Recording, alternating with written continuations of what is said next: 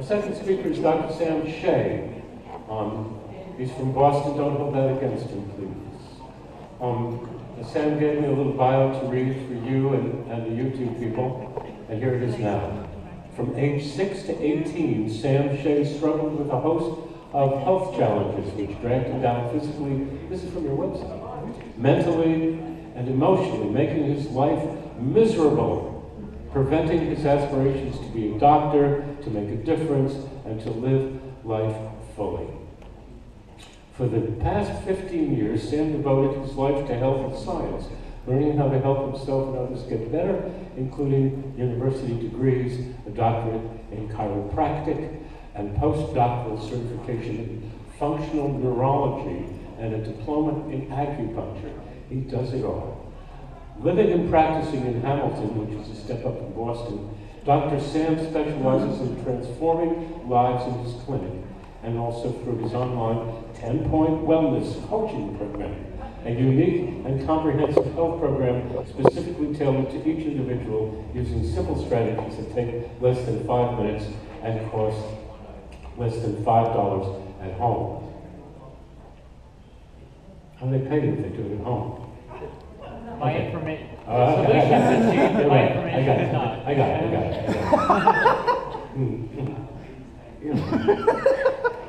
Here to talk about how to reclaim your body, mind, and bliss without becoming a health weirdo. That's good. He says, please welcome Dr. Sam Shay.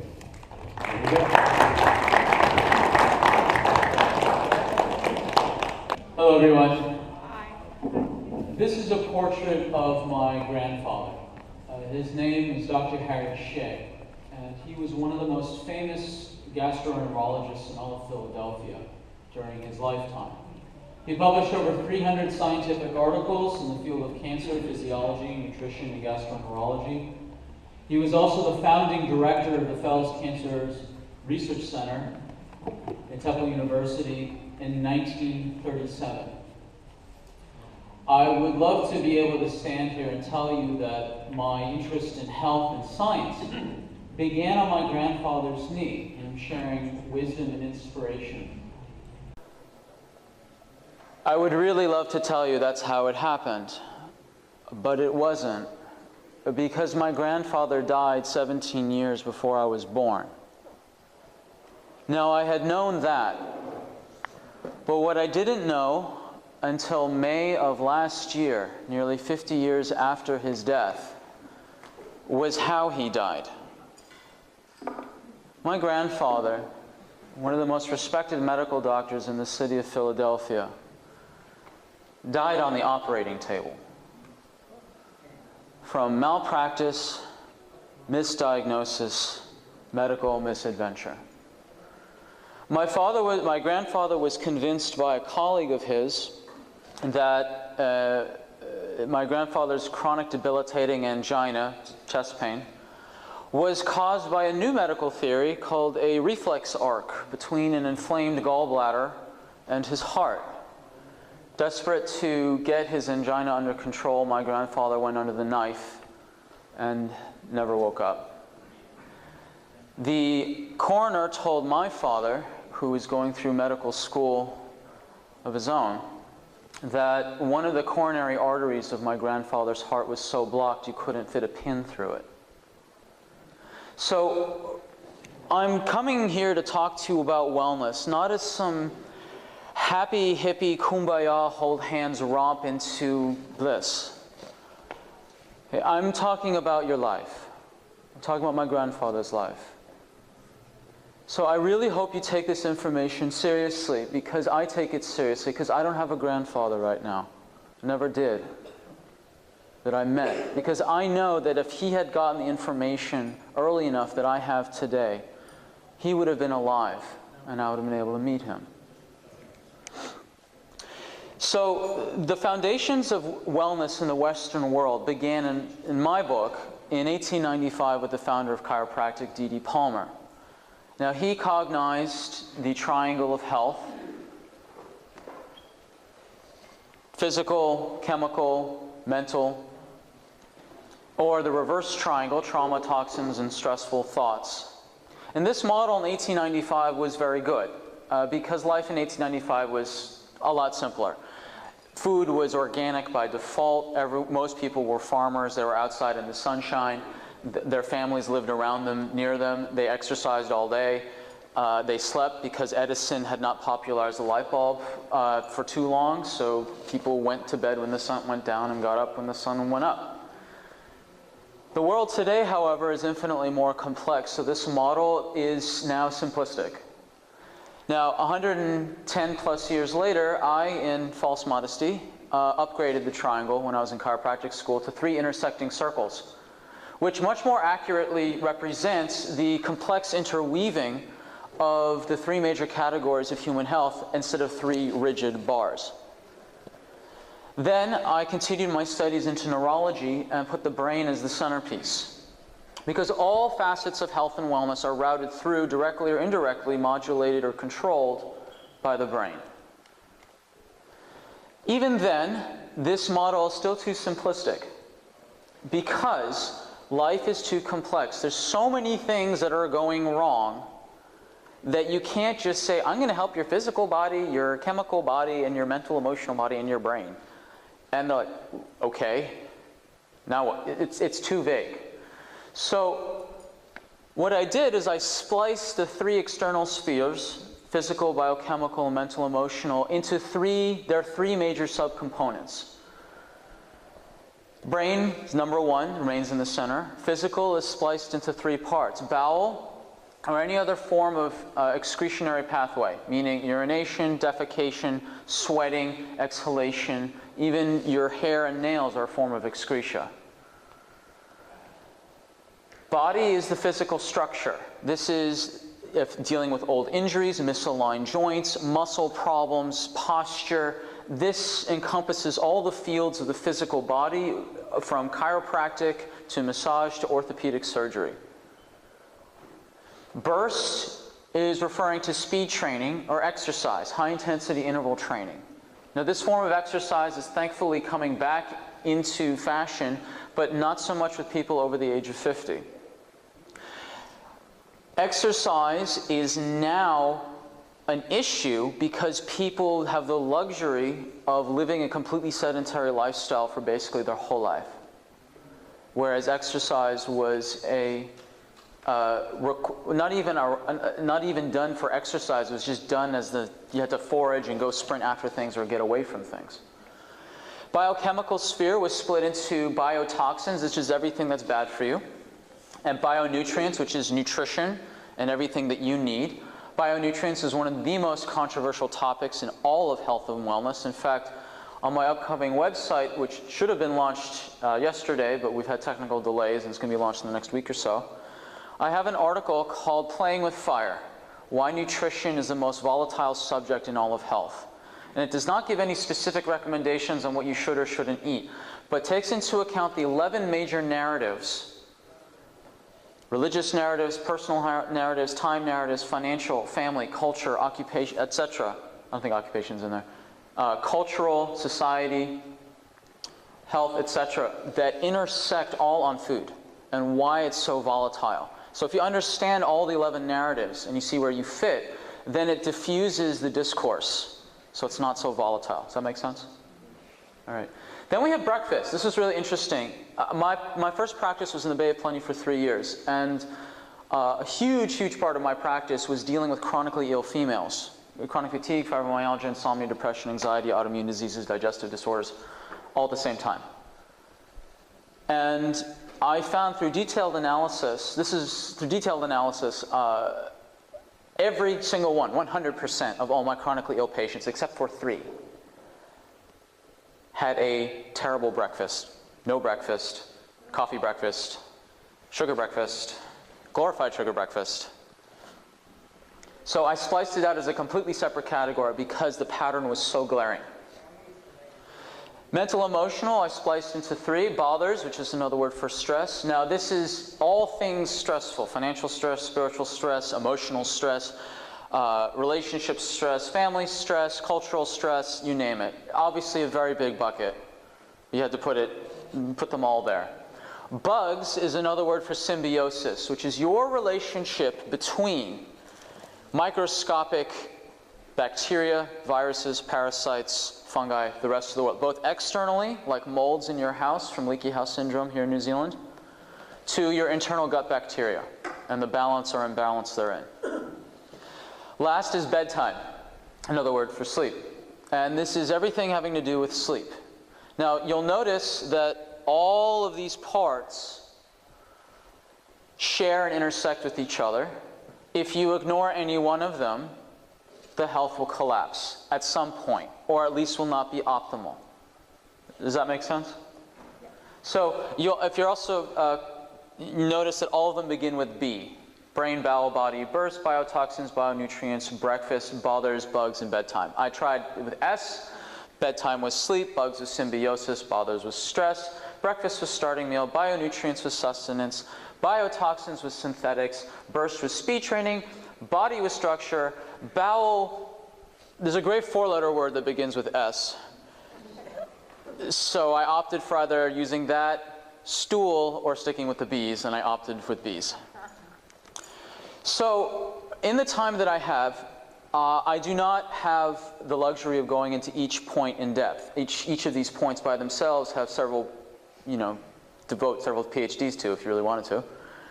So what I can do in this short time is go over all of them to give you an overview and go in depth into one, and then share with you how you can get more information on each of them, and if you need personal coaching and attention to deal with your own 10 points of wellness, how to do that. So the first one is the brain. Now, the joke is men die from quick, violent deaths. Now this is kind of a very interesting intro. Why did you open with that, Dr. Shay? Well, have you noticed that men and women usually die from different things? Have you noticed that?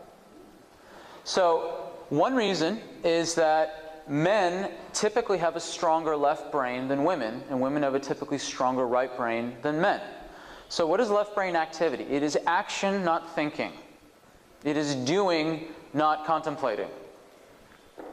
Action, not emotion.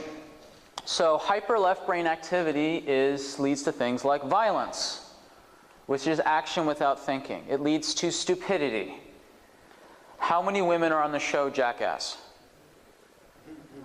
Not many. In fact, I think there was one guest. I think it was Britney Spears. So men die from stupidity. They die from violence. They also die from accidents. Who gets ADD, boys or girls? Boys. Boys, mostly. Okay. And also fatal arrhythmias, because the left side of the brain controls the rhythm of the heart through the atrioventricular node. Hyper left brain, arrhythmia, you can die. Make sense? Now, to lighten it up a little bit, I wrote a 4,000+ word article called Blokeitis. It's a satirical yet scientific piece I wrote, which is going to go on the website. And it's a new disease I've discovered, also called alpha-menitis, Jock's disease, Jockitis, domineering manitis. And it's a collection of behaviors and mental patterns of teenage to middle-aged males which leave them vulnerable to injury, disease, and early death based around their hyperactive left brain activity with particular fixation on physical prowess despite injury, pain, or dysfunction. Symptoms: excessive interest in sports, sports paraphernalia, sports TV shows, and sports events. Obsession with fishing is a normal sequela of Blokeitis, particularly between sports seasons. Usually linked with low-grade alcoholism, especially during sporting events. Binge drinking on weekends is typical, worse in social groups of other Blokeites. Blokeitis is contagious, particularly in pubs on weekends when rugby is on. So I wrote this piece because it was Brain Injury Awareness Week, this past week, or something of that nature. Post-concussive syndrome is a huge issue and becoming more so. You've seen, hopefully, the articles in the States of the gridiron issues. Even it wasn't Joe Montana. It was one of the most famous quarterbacks in history. So famous, I forget his name. I'm sorry, who? Yeah, or somebody. I can't remember. But anyway, one of the major quarterbacks is now suing the NFL for brain injury, post-concussive syndrome. This is going to become more and more of an issue because you can't hide post-concussive syndrome as these teenage 20-year-old athletes get older and older and exhibit more signs of aggression, depression, and dangerous behavior. So the piece is designed to be humorous but enlightening, and there's a huge section of all the scientific jargon written for clinicians. And don't worry if you're not a clinician, there's a hyperlink above it. If you'd like to skip the scientific clinician version, click here and you'll go right down. You get the quick summary of what to look for, and you can go right down to the bottom and skip that. Now the converse is that from men dying quick violent deaths is women die from slow painful deaths. Who gets the majority of the chronic fatigue, fibromyalgia, blood sugar issues, ulcerative colitis, Crohn's disease, autoimmune issues? Is it men or women? It's women. Is it true that you have to be an elderly woman to get Crohn's disease? No, you don't. Okay. Not everything written here is absolute. Okay? It's about 80-20. It's about an 80-20 rule or 90-10 rule. 90%, 80%. This is not absolute. And the reason why there are differences in brain activity within male and females is because there are more estrogen receptors on the right brain and more testosterone receptors on the left brain. So if you are a human being with a higher influx of testosterone in your system, your left brain will be activated more, and the converse is true for estrogen in the right brain. Does that make sense? So the 10 points of wellness was developed in my practice in the Bay of Plenty because I had to figure out what was going on with these chronically ill patients that were not getting better after having seen on average 10 to 15 other clinicians before they came to my door, and how to get them better in an economically depressed Bay of Plenty. Why? Because you had the global economic crisis, the Rena disaster killed the tourism in Bay of Plenty, you had PSA destroying the kiwi food industry, and interestingly enough, you had the Rugby World Cup hurt the economy in Taronga because all the money went to Hamilton, Wellington, Auckland, and other places where the Rugby Cup was actually happening, and the Olympics in Britain. Because if people vacation in Britain, also vacation in New Zealand. And if you had a choice between vacationing in New Zealand anytime or vacationing in London when the Olympics were on, where would you go? New Zealand. Funny. Nice. Okay. Very good. So what to do is, how you have to balance the brain, okay? We don't have time to go into major strategies, except if you want to go into the blochitis article, there's a lot of strategies there for men. I'll be writing and putting articles up on the website about what to do with, for right brain.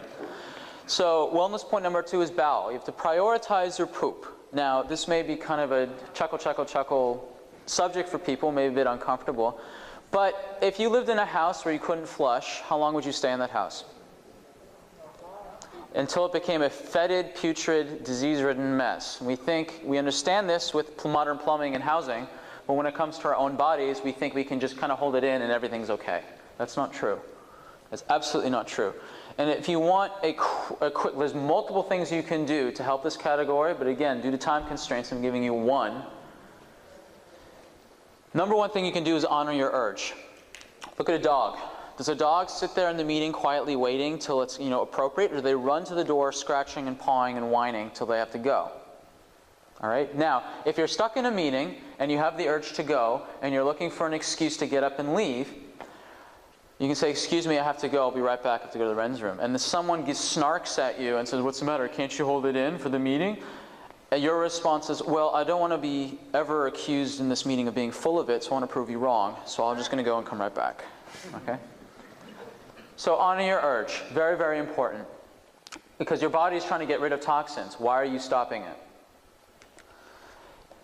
Point of wellness number 3, the body. Fix your physical. This is a bust of Hippocrates. He is very important in Western medicine. Western medicine, I'm including all of Western, whether it's naturopathy, chiropractic, allopathic medicine. Allopathic medicine has kind of claimed him for some bizarre reason because Hippocrates was actually a naturopath cum chiropractor, not a medical doctor. Okay? So he says, get knowledge of the spine, for this is the requisite of many diseases. Why? It's because the spine is the conduit between the brain and the body. All the organs, muscles, glands, skin, tissues are the conduit. The spine is the conduit in the body. So if your spine is misaligned, inflamed, or damaged, your organs, along with your muscles, joints, skins, glands, and tissue, will not function at 100%.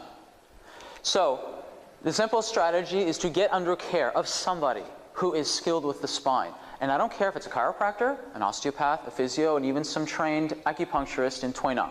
Now, if I was in a chiropractic convention, I'd be dragged out immediately. And here's why I don't care who you see as long as you see somebody. Because the profession, it's not about the profession. It's never about the profession. It's about the professional through their lens of their profession. Do they have the skill sets to help you with what you need? And you trust them with their techniques and personality. Because if someone could be the best clinician on the planet, if you don't trust them, you won't let anything happen. You'll guard, you'll undo it, whatever. So it's not about the profession. It's about rapport, plus they have the skills to help you with what you need. Okay, so the message here is to get under care. By who? I don't care, they just have to match. Do you understand? 4, burst exercise. Now, this is the one I can go into more in depth, and I chose this one because this is one of the most neglected and most misunderstood portion of wellness. Now, who looks healthier? There's no way to kill these lights, is there, up on the front, or no? We can kill all the lights. But then we won't be able to see. Okay, all right. So, on the left, if you can make it out, there's a picture of a sprinter, and on the right, there's a picture of a marathoner. Okay, how many of you watched the Jamaican sprinters during the Olympics? Okay. So, sprinters have an amazing physical body, right? Marathoners look like cancer patients, right? They look like cancer patients, okay? And that's actually quite a serious comment. Now, I grew up with a Boston Marathon right up my street. Commonwealth Avenue, Heartbreak Hill. Okay, so every year you'd have these joggers come by, and I would turn to my mother, a medical doctor, and say, "Mom, these people look sick." And she said, "No, they're jogging, they're healthy." It's like, "Mommy, they look sick." It's like, "No, it's good for their cardiovascular." So I was very puzzled, very, very, very puzzled as to why joggers were supposed to be healthy when they look like they're about to die. All right, and part of me wants to joke about it, part of me doesn't, because we've lost family friends over this. We've had friends who've died from heart attacks. Very prominent member of our community, for example, back home. So I didn't have the science to back up what I was seeing until I met Dr. J. Smith. Now, Dr. Smith has some very long, nice credentials and experience and accolades, and he's very, very, very good with this whole subject. And there's only 2 things I want to point out. Number 1, his PhD was in physiology with an emphasis on cardiovascular disease. Number 2, his personal advisor at Colorado State University was Lauren Cordain. The person arguably is the top expert in all things Paleolithic, lifestyle, science, application, you name it. So he wrote this summary, Sprint Interval Training, it's a hit, HIIT, High Intensity Interval Training. I'm making this available on my website with his permission. He's given it to me. It is roughly a 50-page synopsis with over 100 references over the entire history of cardiovascular jogging research and why it is so insanely, ridiculously, laughably flawed. Okay? Just like most psychology research is. And here's why. Here's why. Here's the analogy. Psychology research is mostly done on college campuses where you have a captive audience of 18 to 22-year-olds who have to participate in the experiments or they can't graduate with their psych degrees. I know because I was one of them. Why would you ever, ever, ever base the integrity and potential of the human psychology, the human mind, on a bunch of university-age students whose frontal lobes aren't even fully developed yet, and half of them are binging on beer, alcohol, and sleep deprivation, and other illicit drugs and experimental behavior? Makes no sense, right? As such, Dr. Smith participated in the equivalent of psychology, except it was in physiology when he was getting his PhD. So in the 70s, you should know about the history of exercise research. Before the 70s, I should say, the only way to research exercise really was with a stopwatch and a ruler. Then came VO2 max. You can measure oxygen consumption. And suddenly everyone jumped on VO2 max in terms of research. All right? So they started doing all of this aerobic exercise. Aerobic means oxygen consuming, as opposed to anaerobic, which means not oxygen consuming. So suddenly they had a variable to measure. So all the rage is on aerobic exercise. Why? Because you could measure it.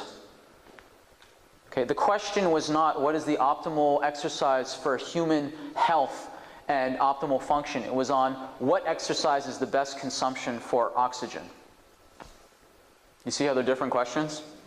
So why was it all the cardiovascular protocols came out to be 2 to 5 times a week for 20 to 60 minutes? You've heard that before. You need to jog 20 to 60 minutes, 2 to 5 times a week. You heard that? Some variation of that? Why is that? Where did that come from? Here's where it came from. That was the amount of time the physiology students had in order to jump in between classes or in their labs, to jump on the treadmill, have a tube stuck in their mouth to collect some data. So they had their labs on Monday, Wednesday, Friday, Monday, Tuesday, Wednesday, Thursday, Friday, or Tuesday, Thursday. This is where you get your 2 to 5 times a week for 20 to 60 minutes. It had nothing, zero, to do with health. It had everything to do with the convenience of data collection. Do you understand? Yeah. Okay. Now, that still does not answer the question of why do they look like cancer patients. Okay? Now, by the way, the other reason why the VO2 max thing kept going and going is because in order to justify your existence as a professor who does research at a university, you have to make your research seem relevant. So then they made the dubious leap of logic that somehow better VO2 max means you were healthier. Now, you can get much better VO2 max with high-intensity interval training than you can with cardio, and I can prove it to you. I have the research article on it. So they just kept perpetuating this in order to get more funding and continue it on. This is why cardio has just gone on and on and on and on. Now, why do marathoners look like cancer patients? Just pay attention to the middle 3 hormones, cortisol, human growth hormone, and insulin. And you will notice the arrows are completely opposite when you compare jogger versus sprinter. Completely 100% diametrically opposed. So if you sprint, you have low cortisol, high human growth hormone, and low insulin. This is good. Now, if you sprint, wouldn't it make sense, if you understand anthropology, that you would want your body to build up stronger, leaner, faster, quicker? Why? Because usually, if you're a hunter-gatherer, you are trying to get away from something with sharp, pointy teeth and claws. Now, if that tiger chased you down on Tuesday, wouldn't it make sense that you had a mechanism built into your body to make you stronger, leaner, faster, quicker? Because that tiger's probably still there on Wednesday, right? Hunter-gatherers did not jog. They walked and they sprinted. They were walking around to forage, average 10, 15 kilometers a day, according to Cordain's research. And they sprinted away from something or after something 2 to 4 times a week. Not jogging. Have I made the point? Now, you do get some cortisol released when you sprint, but you have a huge amount of growth hormone which completely undoes any deleterious effects of cortisol, and in fact rebuilds your adrenals and reduces inflammation. So sprint training is actually a way to reduce inflammation and reduce the stress hormones and heal the adrenals. Jogging does the reverse. When you jog, you have pitifully low human growth hormone, if anything, really high insulin and really high cortisol. Now here's why they look like cancer patients. Cortisol is your stress response hormone in order to scavenge the body for any tissue and convert it into jet fuel so you can run or fight for your life. That's what it does. A cortisone injection you can give, usually you can't give it in the same spot because that spot you gave it in the last time is now dead. Right? So, what happens if you day after day, month after month, year after year, jog and constantly have a high drip of cortisol in your blood consistently? It will erode all your muscle tissues over time, and you will look gaunt like a cancer patient. Make sense? That is why. Now, where does walking fit? Walking is not jogging, walking is not sprinting. So, you get the best of both worlds if you sprint and walk. Walking, you have low cortisol, low growth hormone, but you get high brain stimulation because of the high cross-crawl movement of walking. Activate your spine, activates your brain, moves your lymph, circulation, all these wonderful things. Jogging is high cortisol, low growth hormone, but it also has high brain stimulation because you're doing cross-crawl activity. With high-intensity interval training, you have low cortisol, high growth hormone, and moderate brain stimulation because you're doing it for a short amount of time. So the best thing, combined walking and sprinting. Make sense? Now, how do you do sprint activity? And then more importantly, how do you do it safely? Especially given your level of age, condition, or injury. Does that make sense? So, how do you define sprint training? Here's the one-sentence takeaway. A level of intensity that gets you a deep muscle burn within a minute or less, followed by complete recovery. So it's intensity to a deep muscle burn in a minute or less, followed by full recovery. What is full recovery? Your beat rate of your heart is normal, your breath rate of your lungs is normal, and the burn rate of your muscles has returned to normal. Beat, breath, burn, all back to normal. That is recovery. So when you first start out, you may have to take an hour, 40 minutes, 30 minutes to recover. No shame in that. That's what happened to me. I did burst training on a special stepper. It took me 30 to 40 minutes to recover. Very embarrassed on my end. But you know what? I said to myself, I'm in it for the long haul, not the short haul. No one's giving me any medals. I'm just going to do it according to what I learned from Dr. Smith. So how do you measure progress then? You measure progress by not how much longer you do it. Why is it a minute or less? Because if you go for more than a minute, you go into jogging physiology. You go into aerobic stuff. You don't want that. Most people think progress means I can do this activity longer. No, that is not progress. That's going into aerobic. How do you measure progress? You need more intensity in the same minute, and your recovery time shortens. Example, I do the same stepper machine now, and I require 10 to 14 kgs in each arm doing flies as I'm on the stepper machine, and my recovery ranges between 5 and 10 minutes. So 14 kgs, 5 minutes were my measures of progress. Do you understand? Same minute. Okay? That's how you measure progress. That, and you can also measure how much more muscle you've got, the changes on your waistline, and these other things as well. You want the burn.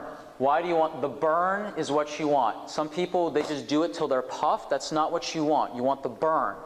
Because the burn means you have lactic acid. Lactic acid at that point is a hormone. Lactic acid is a hormone. Most people don't know that.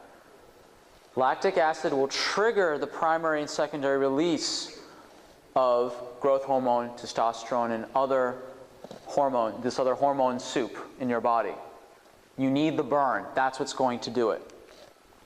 How do you do it? Complex compound movements. None of this single arm bicep nonsense, unless it's under very specific circumstances. So for example, I treated patients in the Bay of Plenty, high geriatric population, right? If you've got an osteoporotic 79-year-old grandmother, you tell her to do a wind sprint, she's going to snap in half. Okay? Not good. So how do you do it? Okay? You can do it through wall push-ups. Okay? You're standing, we'll pretend there's a wall here, and I am doing push-ups against the wall. Now, I'm only really activating my arm muscles and maybe some of my back, but you know what? For a 79-year-old osteoporotic grandmother, that's the best bout of burst exercise she's had in a while. That burn in her bicep and triceps will create a small but systemic effect to start building growth hormone back into her body. Does that make sense? Can you take on the lymphocyzers? The question was, can you do it on the lymphocyzer? I'm teaching you the principles so you can apply it to any exercise you do. And that's my goal. So, great question. So, how do you apply this safely? If you know the principle, intensity to a deep muscle burn in a minute or less, followed by full recovery, you can apply it to anything. If you jog and you want to continue jogging, why I don't know, but if you have a midlife crisis you're really excited about and you want to go run a marathon, it's either that or buying a midlife Chrysler, so you take your pick. If you're going to jog, instead of jogging, walk, sprint, don't jog. Vary it. So you sprint, then you walk the rest of the way till you're fully recovered. Jog, this means sprint for the next minute, walk till you recover, and just repeat. That is the safe way to do a marathon. Make sense? If you're on a bicycle, you can cycle at a walking pace. You can then go up a hill and crank up the resistance and do that minute until you're burning. If you're in a swimming pool, you can jump in the pool, go as hard as you can for a lap, and then climb out and recover, jump back in, do a different stroke, go in, come back, climb out, recover, and repeat. Very, very easy, very safe to do because you're self-regulating. You are self-regulating. You know what your lactic acid burn is, you know what your recovery is, and you only pick an exercise that you're comfortable doing. This is very, very safe to do. So I'll give you an example about safety if you're concerned about age. Look at this study by Wisloff et al. 27 patients with stable post-infarction heart failure. Obviously, you don't do this with unstable heart issues. Post-infarction means what? These people all had a heart attack recently. So if you're concerned about your heart, pay attention because this is about people who just had a heart attack. Average age was 75.5 plus or minus 11 years. 3 times per week for 12 weeks or to a control group. VO2 max increased more with the high intensity group, 46% versus 14%. And for those of you that understand statistics, that is the most impressive p-value you have ever seen in your life. The lower the p-value, the more statistically significant it is. I've never seen one to the 1,000th decimal point, ever. Also had reverse left ventricular remodeling, which is a doctor's speak for their heart was repairing. Also improved aerobic capacity, even though they didn't do aerobics, they did burst training. Endothelial function, which is doctor's speak for blood vessels integrity, and quality life in patients.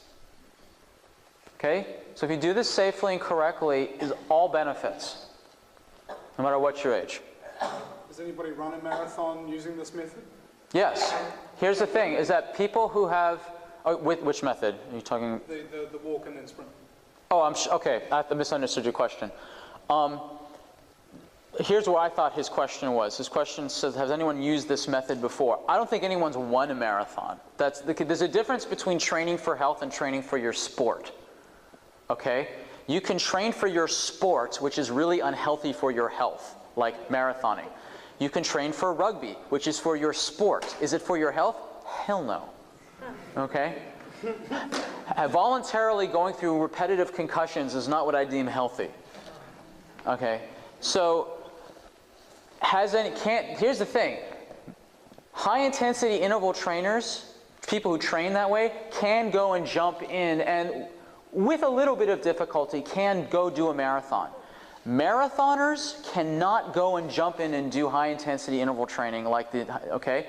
They can't do that. In fact, the dear family friend who died, who was a marathoner, he didn't die doing a marathon. He died doing a hike up a hill with his son. What is a hike up a hill? That's high intensity interval on varied terrain.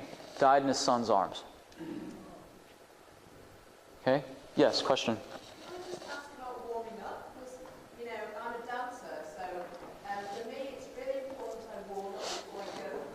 Okay, so the question is how do you, what about warming up? So as a dancer, you have to be warmed up, otherwise you get injured. I know I had a dance studio next to my clinic in the Bay of Plenty, so I treated some dancers there. So warming up, there's 2 schools of thought. Number 1, There's the Paleolithic, this one school of thought which says you don't need to warm up to sprint away from something. Look at deer, look at any prey. They don't sit there and, you know, when they see the wolves, they put on their sweats and their bandanas and everything and put on Jane Fonda. No, they're going from cold to sprint. All right, so if you're sprinting away in a sprinting, I'm talking about running, sprinting, I do not think you really need to warm up because that is hardwired into your whole system, okay? Now, for your sport, yes, I would agree warming up. But what you're not doing is jogging. As a dancer, you're doing varied motions at a medium pace in multiple ranges and planes. This is not jogging. I have not met a dancer who looks like a cancer patient unless they were anorexic or a professional. Okay? Those are the only cases, and that's a different reason. Or smoking and, yeah, the other vices that can go along with dancing. Sometimes dancing, anyway. So, the good dance buddies, anyway. Anyway, the benefits of burst training are fat burning, growth hormone, decreased inflammation, increased insulin regulation, heals your adrenals. You only need to do this 2 to 4 times a week. Your total amount of time doing the burst activity plus recovery is 30 minutes, meaning if you do a sprint, if you do a sprint-like activity, I should say, where you get the intensity to a deep muscle burn in a minute or less, followed by full recovery, and your recovery takes you 30 minutes, that is your burst exercise for the day, finished. And then a day or two later, you do it again, and you may notice that your recovery time may drop by a couple minutes or more. Do you understand? There's no rush in this. If you want to do this safely, follow the guideline. 2 to 4 times a week, 30 minutes max, combined recovery and training time. Make sense?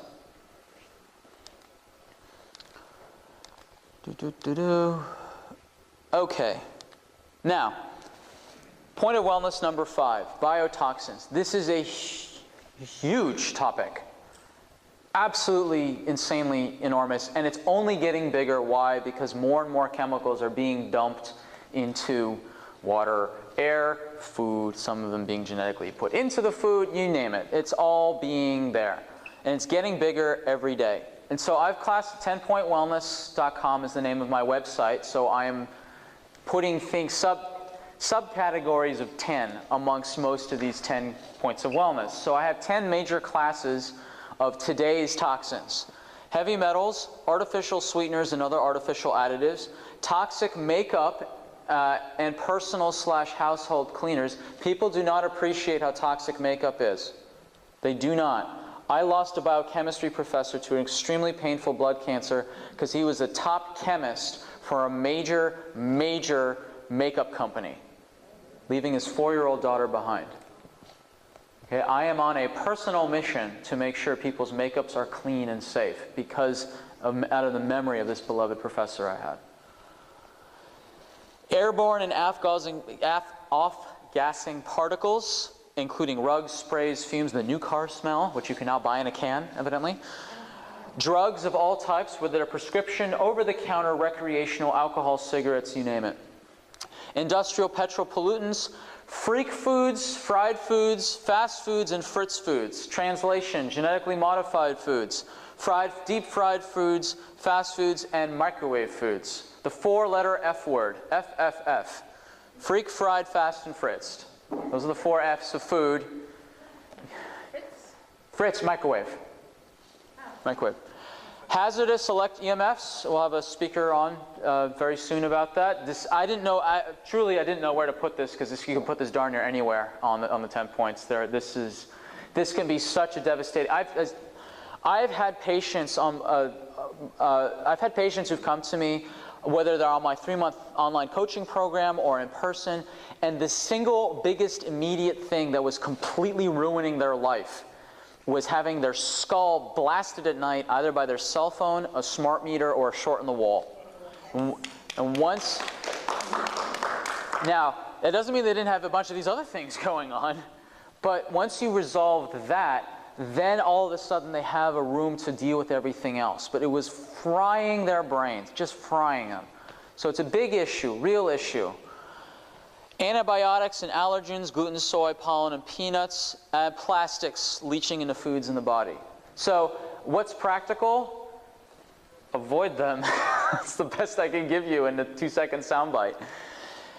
Next is bionutrients. You got to nourish your nutrients. Again, this is the article, Playing with Fire, Why Food and Nutrition Are Such Volatile Subjects. It's a very safe article to send to your family who disagrees with your current style of eating. Okay, and it's intentional because I've had my own dialogues with my family who are in different stages of understanding or misunderstanding about where I was coming from with food. Okay, and my level of self-righteousness at the time about my current diet fad, all right? And I'm owning that. I've been through so many different things, different levels of self-righteousness, and I've kind of come down off of that pedestal, in some cases thrown off, emerging bloody and bruised, but a bit more humble about the whole thing, which is why I wrote this article, because most of the anecdotes I write, I've had direct personal experience either doing or receiving or witnessing. 10 major classes of bionutrients: vitamins, minerals, antioxidants, enzymes, proteins, essential fatty acids, probiotics, fiber, glyconutrients, water, sunlight, and oxygen. You'll notice carbohydrates are not on that list because there's too many in today's society. They are not essential because they're everywhere. Breakfast. Only 3 patients ever who had a chronic disease had a faulty breakfast. But they had the chronically ill patients that I saw, 100% of them had a minimum of 7 out of 10 of these points of wellness way off point. 7 out of 10, 100% of them. This explained why they were bounced around from one clinician to the next. Okay, and they only got marginal, temporary, or no results or worse results. Because most clinicians, if they're honest, are only really good at 1 to 3 things. Or maybe 5. Almost nobody knows, understands, articulates, or even treats all 10. Okay? So this is why these people were, quote, medical failures in both the Western medicine and the alternative medicine world. Because they only had 1 to 3 things usually treated per personality, product, protocol, or program. Not all 10. Only 3 ever was not one of their 7 out of 10 bad breakfast. That's why I made it a separate category. Now the 3 who did have good breakfast, they had a 7 out of 10 of other things. Another 7 off. This is not breakfast. This is actually an advertisement from the 50s. You'll notice that the glass of orange juice is bigger than the baby's head in her stomach. Okay. Now, most people are worried about the zombie apocalypse, coming with these adults coming for your brains. I'm more worried about the little blue-eyed Aryan children coming down off their sugar high, coming at me. All right. This is freaky. This much Florida orange juice. This is pure sugar. A lot of it fructose. Now, I can't teach you the details of breakfast, but if you opt into my website, and this is I have a skeleton website up, and you can do this now. You don't have to wait for the major one to launch. Or you can sign up at my table. I can send you this, or you can download it for free, my visual e-guidebook I put together on breakfast. This is the first one of many to come. But this issue of breakfast was so glaring in my patients that I decided to write about it. And each slide is like this. It's one concept, picture. There's more words and stuff on the other slides, but I made it purposefully super easy to read and, more important, implement. Okay, it's not some long literary vomit on breakfast. That didn't come out right. All right. Point of wellness number 8, bothers. This is a huge subject. Huge. Okay, so how do you deal with it? First, you have to acknowledge that life is more complicated than ever. And again, you could put EMF stress under this category as well. And there's many things you can do. Personally, if people need more direct help, is that they get their adrenal glands attended to. Because if your adrenal glands and your stress system is out of whack, you're more emotionally volatile. Number 2 is I strongly recommend the work of Byron Katie. How many of you have heard of her?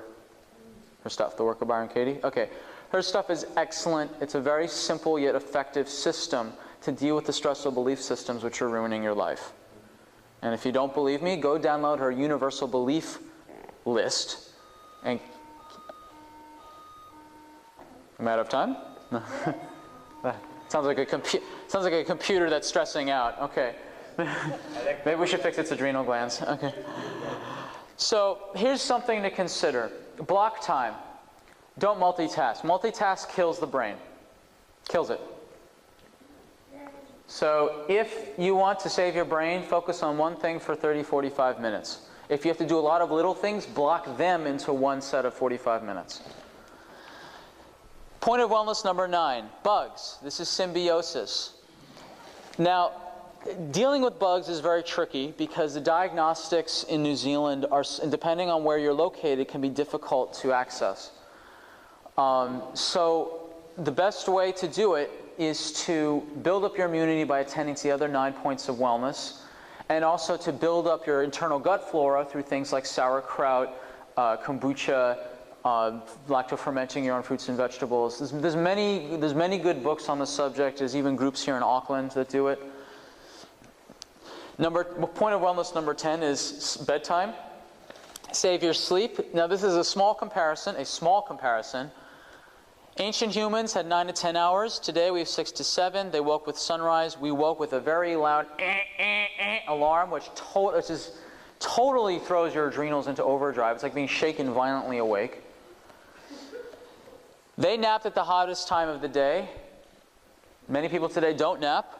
Activities stopped at dark, even warfare. Whereas today we got the light bulbs, infrared, night vision goggles, and television, and everything extending our time awake. I myself, one of the things I had going on for 12 years is I was an insomniac. Had trouble getting to sleep, staying asleep, and woke up exhausted. So the sleep issue is huge for me. Anyone suffering with insomnia, we should definitely have a chat. I have an article I'm posting on how to nap without messing up your sleep. It's very important you guys read that. The other thing to do is to prioritize sleep like your pooch prioritizes its poop. Okay? When you're tired, go to bed. If you need to prioritize sleep very much. So on my table today, I've got a sign-up sheet for my free newsletter, and you also get my free ebook on Magnificent Morning Metabolism, which is a book about breakfast and how it can help you heal your adrenal glands, lose weight, increase your energy and metabolism. I also have for sale a couple talks that I've done. These talks were done actually at Prana Festival, which Kusum is here. And if you don't know about Prana Festival, it happens on New Year's up in the Coromandel, one of the most beautiful pieces of land in all of New Zealand. I've been there for 4 years straight, 3 years, something like that? Yeah. Something like that. I love it there. I go back every year, and sometimes in between the New Year's as well. Highly recommend you go, and you get the discounted tickets here while Kusum is here. You can buy these CDs. I have a special. They're 1 for 20, 2 for 35, 3 for 50. The topics are the hour and 45-minute version of this talk. Another talk is a holistic version, a holistic approach to addiction. And then the third talk is a holistic approach to video game addiction. Now, how many of you struggle either with yourself or with a relative, usually probably a son, a nephew, a brother, an uncle, who struggles with video games? Don't be shy, raise your hands. Okay, I think this is the fastest emerging addiction in the Western world. I'm a former video game addict. Okay, so I have a lot of experience dealing with this, and I also treat addictions in my clinic. I have a very, very, very unique experience, unique perspective, I should say, on addictions, particularly video game addiction. Okay, I very strongly recommend you get these talks if you are concerned about it. It doesn't matter what there's a 5-step approach. I found, there's a 5-phase cycle of addiction that I've put together, and I've vetted this through hardcore Narcotics Anonymous people, Alcoholics Anonymous people, addiction counselors. They say it is an absolutely rock-solid model. There are 5 separate ways to intervene depending on what phase the person of addiction is in. And it doesn't have, this can be video games, food, alcohol, work, drugs, smoking, you name it, gambling. There are 5 separate ways of approach of intervention depending on what phase they're in. Okay? Only 2 of those phases are unique to the addiction of choice. The other 3 are identical, no matter what the addiction is. Those are available for sale today. I also have an adrenal stress / sugar craving reducing tincture I put together. Clinician only quality access ingredients. You cannot get this in the stores. I made it myself. And it's on sale. I've got it for $35 here. Do not be under any illusions that all your problems will magically go away from getting a simple adrenal tincture. Okay? Do not be under any illusions. It is a support. It is one of the 10 points. Okay? This is the fallacy of most wellness clinicians. Here, take this one thing and you'll be well. Nonsense. Absolute nonsense. It's support. Lastly, I have a sheet of paper with a list of 12 talks I have ready to go. If you enjoyed this talk and you found it informative and helpful, I have 12 others on different topics that I can speak at your organization or venue. You can have a list of that, or if I run out, I can email you the list. Now, if you need personal attention, my practice is in Hamilton at Natural Body Link.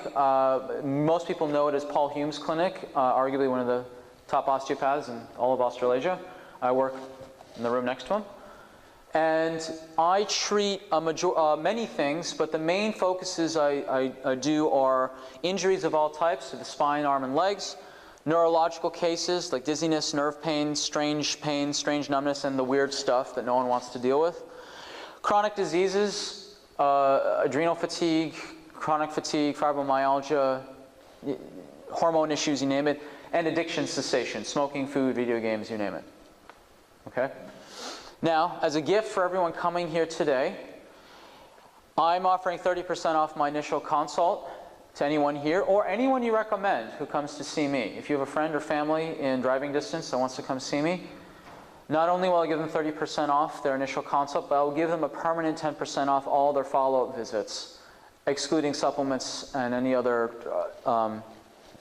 consumables that if they require them. Okay, and that's available to you, and that's good up to, you have to start that up before July 31st of this year. Okay? If you need personal attention, but you're not in Hamilton, or are driving to available, or you have someone you know who's abroad, or in the South Island or whatever, I also do online Skype coaching, which is where I go through the 10 points of wellness in detail. At least 1.5 pages per point, on average, and I go through in person over Skype what happened, why it happened, and what we can do about it, prioritizing all the habits and one-offs per category that need to be changed in order of the least difficult, highest impact first. It is useless for me to give you a list of 300 wellness tips and say, here, go and do.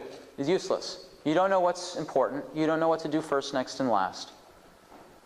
That is what the value of a coach is. The coach actually can look and see what's going on, what is the root issue that oversees and influences all the rest, and then picks the solutions that are going to be the easiest to implement with the highest impact. That is what the value of a coach is. This program is right for you if you feel overwhelmed by all the other health programs, if you want the simple, low-tech solutions, if you want to MacGyver your health, and you don't want to look weird while doing it. You're ready to make positive changes. You're a self-starter. You are devoted to something greater than yourself to keep you motivated, whether it's a child, grandchildren, a cause, something to keep you motivated. And you have at least a part-time job or financial resources. And you want someone to break it down into step-by-step protocols. This program is not for you if you have unresolved rebelliousness issues and view any health recommendation that changes your current routine as an affront to your independence. All of these things I'm listing are things that I've had to deal with former clients. Okay? Now, those of you who are clinicians, you'll probably be laughing your head off through this list. Okay? This program is not for you if you prioritize your finances on personal comfort rather than personal progress.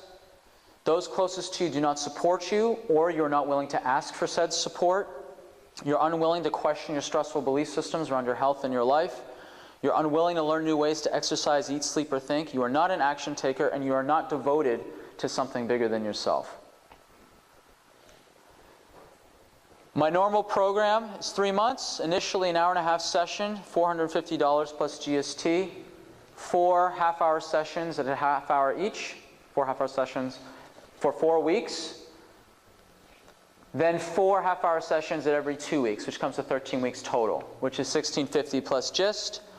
But if you're here, or if you refer someone, I'll do the whole thing if you prepay for the first 5 sessions. That's the first hour and a half and the first 4 follow-ups, which comes to $1,050, and then GST is inclusive, as opposed to $1,650 GST exclusive. So that's what I can offer today. So if you want to reclaim your body, mind, and bliss without becoming a health weirdo, you have to understand the new paradigm of health that incorporates all 10 major categories of wellness. And you must attend to all of them equally at the same time for a period of time using low-tech, high-impact solutions that don't make you look weird or strange and isolate you from the rest of society. Knowing what I know now, I could have helped my grandfather. And I really hope you take this information and this paradigm of the 10 points of wellness seriously, so you could be present in inspiration for your children and grandchildren, instead of just being a portrait of inspiration. Thank you.